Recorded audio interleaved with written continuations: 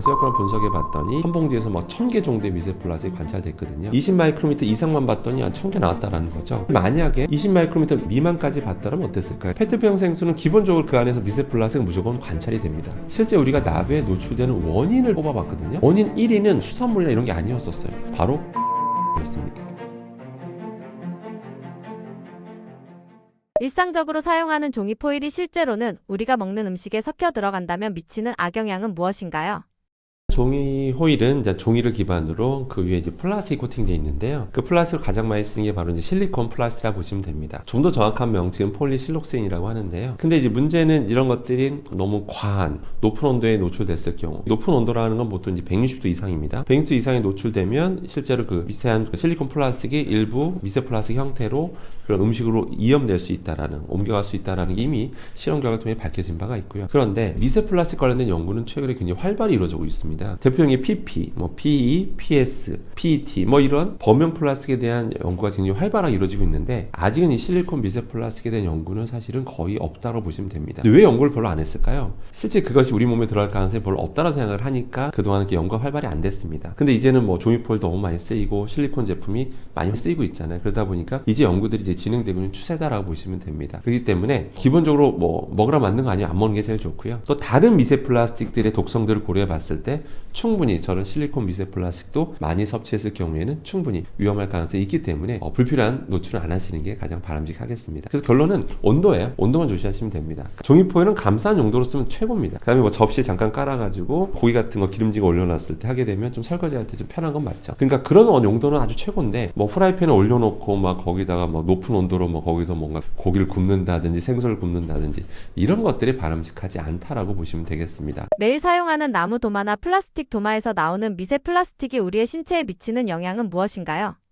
일단 이건 두 가지를 봐야 되는데요. 나무도마는 이제 미세 플라스틱 생각은 하실 필요는 없는데요. 나무도마면 그 자체는 사람들이 우리에게 천연 같으니까 되게 뭔가 마음이 편안하잖아요. 그런데 이 나무도마 같은 경우는 실제 두 가지 고민하셔야 됩니다. 바로 이제 미세한 기공이 너무 많아요. 너무 많다 보니까 실제 거기서 수분들이 이제 많이 머금은 상태다 보면 미생물이 많이 번식할 수가 있어요. 그러다 보면 이것저것 많은 이 균들이 번식하면서 자칫 거기서 다시 요리를 하게 되면 수많은 어떤 균에 우리 미생물들의 유해한 미생물 노출될 가능성도 있기 때문에 그런 부분이 있어서 항상 건조가 굉장히 중요합니다. 그래서 건조하는 건 각각 너무 습한 조건에서 건조하지 마시고 반드시 좀 베란다 같은 데서 한번 건조하는 것도 중요하다라고 보시면 되겠습니다. 또 다른 건 또 나무도마는 세제도 걱정하셔야 돼요.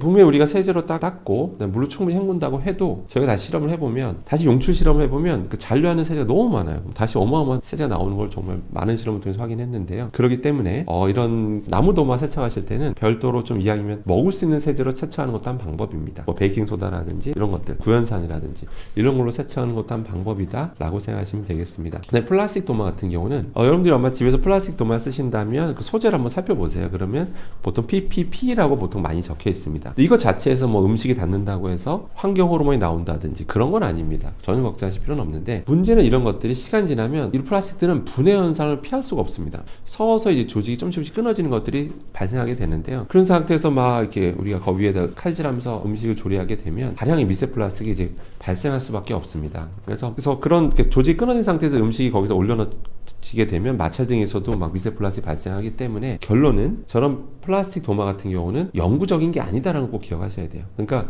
주기적으로 교체해서 사용하는 소재다 이렇게 기억하시면 됩니다. 그래서 그 교체 시점은 가급적이면 좀 흠집이 눈에 띄게 보인다. 그러면 미련 없이 플라스틱 도마는 교체하시는 게 가장 중요하다라고 보시면 되겠습니다. 새우깡 과자봉지 PET 생수병에서 검출되는 발암물질은 무엇이고 인체에 미치는 영향은 무엇인가요?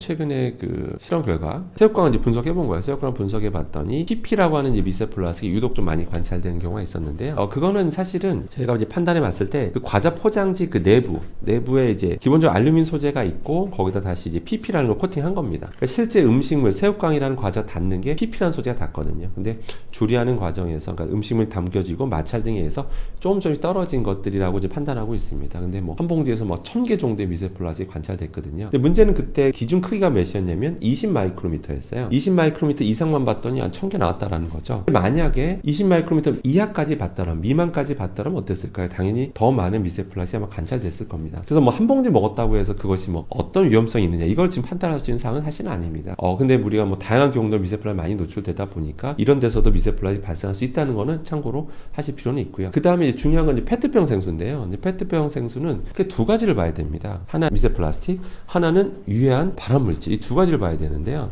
페트병 생수는 기본적으로 그 안에서 미세 플라스틱은 무조건 관찰이 됩니다. 무조건 관찰됩니다. 해외 제품이든 국내 제품이든 무조건 관찰되는데, 그 이유는 뭐냐면 페트 생수가 PET라는 소재가 처음부터 그 모양은 아니잖아요. 그러니까 반드시 성형 가공을 해서 그 모양이 나옵니다. 그럼 그런 과정에서 고온 고압이 노출되다 보면 이 조직들이 좀씩 끊어져 있는 것들이 있어요. 그때 이제 고압으로 물을 딱 담잖아요. 그러면 이게 떨어져 나와요. 그 조각들이. 그게 바로 미세 플라스틱입니다. 뭐 연구 결과에 따르면 뭐 수만 개 뭐 나온다는, 뭐 수십억 개 뭐 이런 얘기도, 수억 개 막 이런 얘기도 있고요. 근데 문제는 이제 그런 미세 플라스틱인데 최근에 정부 자료가 굉장히 충격적이었습니다. 최근에 정부에서 조사를 한번 해본 거예요. 페트병 생수를 이제 직사광선에 노출시킨 겁니다. 실제 우리가 뭐 편의점 같은 데 가면 앞에 다량에 놓고 비치하고 판매하잖아요. 직사광선에 그때 노출되잖아요. 그 상태에서 그 물을 분석해 봤더니 알데히드류 같은 발암물질들이 관찰이 된 거예요. 그래서 대놓고 환경부에 지침을 내립니다. 빨리 이거 개선해라, 시정해라 라고 했더니 환경부에서 지침을 마련합니다.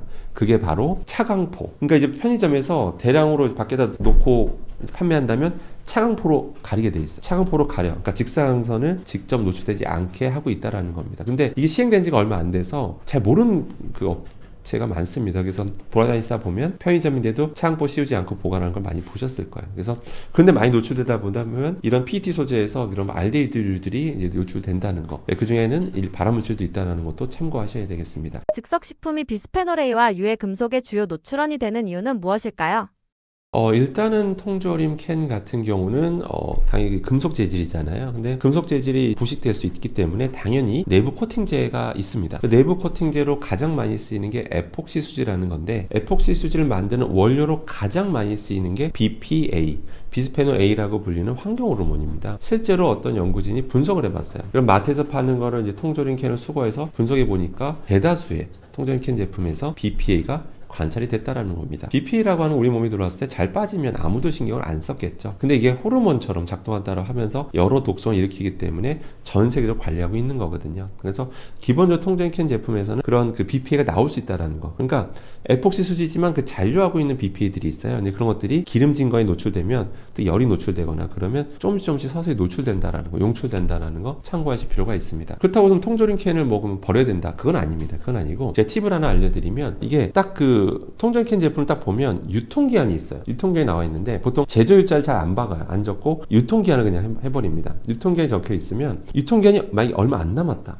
뭐 6개월, 뭐 3개월밖에 안 남았다, 그건 가급적 구매하지 마십시오. 근데 유통기한이 보통 이런 게 보통 2, 3년이거든요, 유통기한이. 근데 누가 봐도 유통기한 3년 남았다, 그러면 제조된 지가 얼마 안 됐을 가능성이 큽니다. 왜냐하면 음식물이 담겨진 상태에서 서서히 빠져나오는 거거든요. 음식물 담자마자 쭉 빠져나오는 그게 아닙니다. 그렇기 때문에 팁을 알려드리면, 그걸 구매하신다면 반드시 유통기한이 좀 오래 남은 거, 유통기한이 얼마 안 남은 거는 가급적 구매하지 않는 것이 바람직하고요. 그 집에 저런 걸 갖고 계시다면 유통기한도 체크해 보시는 게 좋겠습니다. 그 다음에 그러면 어떤 데는 이렇게 얘기해요. 우리는 BPA 안 나온다 라고 주장하는 업체들이 있는데, 그 이유가 뭐냐면 원료 중에 BPA가 아니라 BPS라고 하는 요소도 많이 쓰여요. BPS를 쓰니까 BPA가 안 나온다고 말할 수 있는 거죠. 그래서 BPS는 안전한 줄 알았죠. 뭐 저도 그랬습니다. 그런데 또 아니나 다를까 이제 BPS도 사람들이 연구하기 시작합니다. 했더니 역시 BPS도 독성이 있다라는 게 밝혀진 만큼 제가 앞서 말씀드린 그런 팁들은 꼭 기억하시는 게 좋겠습니다. 그리고 또 중요한 게 뭐냐면, 최근에 그러니까 중금속, 이제 또 별개 문제로 일단 중금속 중에 납이라는 게 있어요. 중금속 납 안 좋은 건 다 아마 알고 계실 텐데요. 뭐 신경계통에 영향을 주고 막, 그래서 전 세계 좀 관리하는 그런 중금속인데요. 그래서 당연히 중금속 농도가 높은 식품들이 있죠. 그런데 정부가 한번 조사를 해보니까 실제 우리가 납에 노출되는 원인을 꼽아봤거든요. 근데 원인 1위는 의외로 뭐 수산물이나 이런 게 아니었었어요. 바로 가공식품이었습니다. 의외로 가공식품을 많이 먹으면 납에도 많이 노출되더라. 좀 아이러니하죠. 그게 왜 그런가 봤더니 가공식품에 이런 존재하는 중후속 나의 농도는 낮았어요. 굉장히 낮은데 문제는 우리가 그걸 너무 많이 먹는다는 거죠. 대표적으로 음료수. 음료수에 존재하는 중후속 나의 농도는 매우 낮아요. 정말 무시할 정도로 낮은데 문제 우리가 그걸 너무 많이 마신다는 거죠. 실제 저도 대학교에 있다 보면 학생들이 정말 벌컥벌컥 수시로 정말 그냥 물처럼 마시는 건 흔하게 볼 수가 있는데요. 너무 많이 먹다 보니까 그게 조금씩 들어오면 안 빠져요, 잘. 그러니까 계속 체내에 축적되다 보니까 실제로 기여를 가장 많이 하는 게 1위가 가공식품이었다라는 거죠. 가공식품 중에서도 가장 기여율이 높았던 게 바로 음료수였습니다. 그렇기 때문에 아까 말씀드린 대로 그 안에 농도가 낮다라고 해서 안전하다고 생각할 게 아니라 그런 것도 너무 많이 먹으면 오히려 안 좋을 수 있고 어떤 게 아무리 위험하다고 해서 노출량이 적으면 괜찮다라는 거 꼭 기억하시길 바라겠습니다. 우리가 즐겨 먹는 소시지나 베이컨 같은 가공육 속 아질산 나트륨 최근 위험 물질로 주목받는 이유는 무엇인가요? 사실 뭐 아질산 나트륨 자체는 뭐 이거는 합법 첨가물입니다. 불법이 아니고요. 당연히 전 세계적으로 많이 쓰고 있습니다. 저걸 쓰면 이제 보존제 역할을 너무 잘해요. 그게 또 맛도 나게 하고 그 다음에 이제 뭐 지방의 산화를 막고 너무 좋은 역할을 하니까 많이 쓰는 건데 저거 자체의 독성은 사실은 뭐 그렇게 좀 미미해요. 저 자체는. 근데 문제는 저게 이제 육류에 있는 상태에서 우리 몸에 들어왔을 때 니트로사민이라고 하는 발암물질로 바뀌게 됩니다. 그렇기 때문에 전 세계에 좀 이게 이슈가 되고 있는 거거든요. 예전에 그 스웨덴 연구진이 어떤 걸 밝혔냐면 저런 이런 소시지 베이컨을 아주 소량을 매일 먹는 사람일수록 실제 췌장암 걸릴 가능성이 훨씬 높더라. 이런 연구 결과도 실제 발표된 바가 있고요. 최근에도 역시 가공육을 많이 먹은 사람일수록 실제로 췌장암 걸릴 가능성이 높다라고 하는 그런 연구 결과가 또 발표된 바가 있습니다. 실제 아직 공식으로 통계 나온 건 아닌데 미국 같은 경우 정말 가공육의 천국이라고 불릴 정도로 가공육을 정말 많이 먹는 나라입니다. 뭐 핫도그뿐만 아니라 어지간한 음식에 뭐 이런 가공들 많이 조금씩 조각 형태로도 많이 넣어서 먹거든요.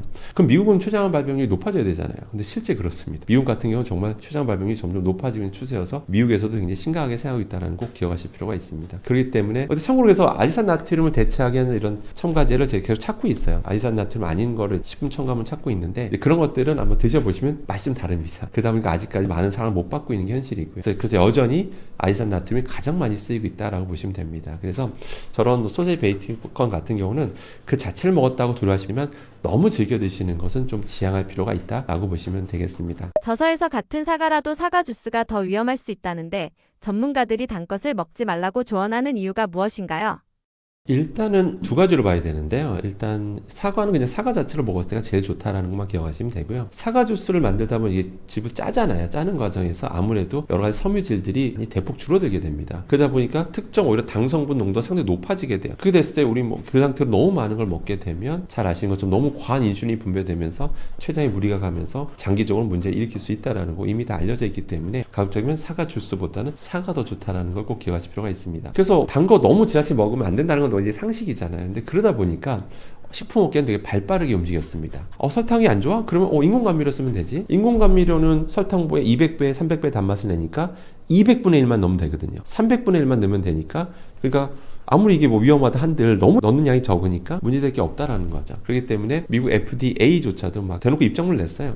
이거 기준치만 잘 지켜서 먹으면 문제될 거 없다. 실제 위험하려면 뭐 제로 콜라 뭐 예를 들어서 뭐 캔 기준으로 하루에 뭐 거의 20캔 가까이 먹어야 위험하지 문제될 거 없다라고 이렇게 말을 하고 있거든요. 다들 그런 줄 알았죠. 그런 줄 알았는데 최근의 연구 결과는 또 그렇지 않았습니다. 최근 2025년 최근에 나온 연구 결과는 어땠냐면 일반 캔 음료 있잖아요. 캔 이런 뭐 콜라라고 할게요. 뭐 이런 설탕 많은 그런 거든 아니면 인공감미를 넣은 뭐 이런 탄산음료 이런 것들을 똑같이 한 캔씩 먹는 양이 똑같이 늘어나면 똑같은 캔 개수가 늘어나면 늘어날수록 똑같이 간질환의 위험성이 높아진다는 게 최근에 밝혀졌습니다. 그러니까 이거는 어떻게 추정할 수 있냐면 단순히 인공감미의 위험성을 말하는 것보다는 저도 이제 주변 분들 이렇게 보면 학생들 보면 인공감미로 들어간 음료수 좋아하는 사람들은 기본적으로 식습관이 안 좋아요. 저도 제 경험자이기도 합니다. 제가 예전에 아주 젊었을 때는 식습관이 좀 안 좋은 편이었었습니다. 근데 단맛에 길들여지잖아요. 그럼 식습관이 엉망이 돼요. 왜? 음료수 같은 거 너무 좋아하면 기본적으로 계속 자극적인 것만 찾습니다. 그래서 계속 맵고 달고 뭐 짜고 이런 것만 계속 찾게 돼요. 그러면서 건강상에 좋아질 게 없더라고요. 아니나 다를까 실제로 그렇게 인공감미에 길들여진 사람이다 하더라도 일반 그런 걸 안 먹는 일반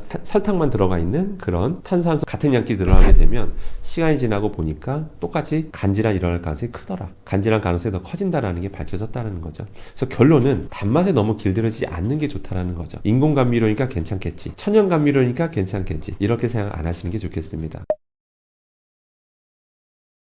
네, 안녕하세요. 저는 생명대학교 화학에너지공학과 강사 교수라고 합니다. 만나서 반갑습니다. 제가 개인 유튜브 채널도 운영하고 또 여러 유튜브 채널 나와서 여러 가지 어떤 주의사항에 대해서 알려드리고 있는데요. 그러다 보면 많은 분들이 아니 뭐 이것저것 따지면 어떻게 사냐, 뭐 불안하다, 다 위험한 거 아니냐 이렇게 하면서 또 너무 또 우려하시는 경우들 보게 되는데 전혀 그런 게 아닙니다. 제가 알려드리고 싶은 거는 기본적으로 주의사항입니다. 모든 건 기본적으로 위험성을 안고 있지만 주의사항만 잘 지키면 거꾸로 위험한 건 하나도 없습니다. 제가 단정져서 말씀드리는데요. 주의사항만 잘 지키면 위험한 건 하나도 없기 때문에 제가 알려드리는 주의사항 잘 참고하셔서 건강한 생활을 영위하시길 바라겠습니다. 이상입니다.